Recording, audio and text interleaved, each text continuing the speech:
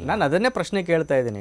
ಈಗ ಜಾತಿ ರಹಿತ ಸಮಾಜವನ್ನು ನಿರ್ಮಾಣ ಮಾಡಬೇಕಾದಂತಹ ಬಸವಣ್ಣವರ ಚಿಂತನೆಗಳು ಈಗ ಅದೇ ಜಾತಿ ಆಯಿತು. ಈಗ ಲಿಂಗಾಯತರಲ್ಲೇ ಎಷ್ಟು ಒಳಜಾತಿಗಳಿದ್ದಾವೆ.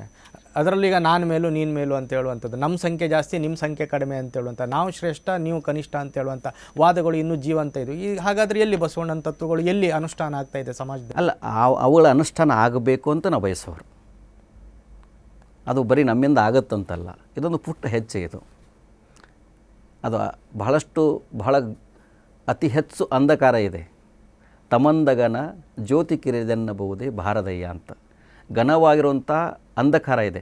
ಒಂದು ಸಣ್ಣ ದೀಪ ಆ ಇಡೀ ಕತ್ತಲೆಯನ್ನು ನಿರ್ನಾಮ ಮಾಡುತ್ತೆ.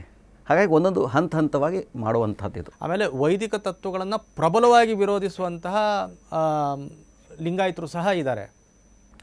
ನಾವು ಹೇಳೋದು ಇಷ್ಟೇ, ಎಲ್ಲ ಕಾಲದಲ್ಲಿ ಎಲ್ಲ ಸಮಯದಲ್ಲಿ ಆ ಥರ ಇರ್ತಾರೆ. ನೀವು ಯಾವುದೋ ಒಂದು ಧರ್ಮ, ಒಂದು ಸಿದ್ಧಾಂತವನ್ನು ಪ್ರತಿಪಾದನೆ ಮಾಡ್ತಾಯಿದ್ದೀರಾ, ಒಂದು ಆಚರಣೆಯನ್ನು ಮಾಡ್ತಾಯಿದ್ರೆ, ನಾನೊಂದು ಧರ್ಮ ಸಿದ್ಧಾಂತವನ್ನು ಪ್ರತಿಪಾದನೆ ಮಾಡ್ತಾಯಿದ್ದೆ ಅಂತ ತಿಳ್ಕೊಳ್ಳಿ. ನಮ್ಮ ಧರ್ಮ ನಿಮ್ಮ ಧರ್ಮ ಮೂಲ ತತ್ವಕ್ಕೆ ಹೋದಾಗ ಏನು ಹೇಳ್ತದೆ? ಎಲ್ಲರೂ ಸುಖವಾಗಿರ್ರಿ, ಶಾಂತಿಯಿಂದಿರ್ರಿ, ನೆಮ್ಮದಿಯಿಂದ ಇರ್ರಿ ಅಂತ ಹೇಳ್ತದೆ. ಆದರೆ ನಾನು ನನ್ನ ಧರ್ಮವೇ ಶ್ರೇಷ್ಠ ಅಂಥೇಳಿ ನಿಮ್ಮ ಧರ್ಮವನ್ನು ಕೀಳಾಗಿ ನೋಡುವಂಥದ್ದು ಅದು ಸರಿಯಲ್ಲ ಅನ್ನುವಂಥದ್ದು. ಇವತ್ತು ಯಾರು ಹಿಂದೂವನ್ನು ಅತಿ ಕೀಳಾಗಿ ಶಬ್ದಗಳು ಬೇಯ್ತಾ ಇದ್ದಾರಲ್ಲ, ಅವ್ರು ಹೇಳೋದು ನಿಮ್ಮ ಶ್ರೇಷ್ಠತೆಯನ್ನು ನೀವು ಹೇಳ್ತಾ ಹೋಗಿ, ಮತ್ತೊಂದು ಕನಿಷ್ಠತೆ ಬಗ್ಗೆ ನೀವು ಮಾತನಾಡಲಿಕ್ಕೆ ಹೋಗಬೇಡಿ. ಅಲ್ಲ, ಹಾಗಾದರೆ ಸಾಣೆಹಳ್ಳಿ ಶ್ರೀಗಳಿಗೆ ಪ್ರಶ್ನೆ ಮಾಡುವಂಥ ಅಧಿಕಾರ ಇಲ್ಲ ಅಂತೀರಾ ನೀವು?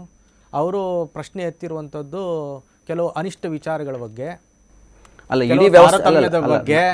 ಹಾಗಾದರೆ ಅವರಿಗೆ ಪ್ರಶ್ನೆಗೆ ಎತ್ತಕ್ಕೆ ಅವ್ರಿಗೆ ಅಧಿಕಾರ, ರೈಟ್ಸ್ ಇಲ್ವಾ ಅವರಿಗೆ? ಈ ದೇಶದಲ್ಲಿ ಹುಟ್ಟು ಪ್ರತಿಯೊಬ್ಬರಿಗೂ ಮಾತನಾಡುವ ಹಕ್ಕಿದೆ, ರೈಟ್ಸ್ ಇದೆ. ಆದರೆ ಮತ್ತೊಬ್ಬರ ಘಾಷಣೆ ಮಾಡುವಂಥದ್ದು ಯಾರಿಗೆ ಹಕ್ಕಿಲ್ಲ. ನ್ಯೂಸ್ ಫಸ್ಟ್, ನಿರ್ಭೀತಿಯಿಂದ ನಿಮ್ಮ ಪರವಾಗಿ.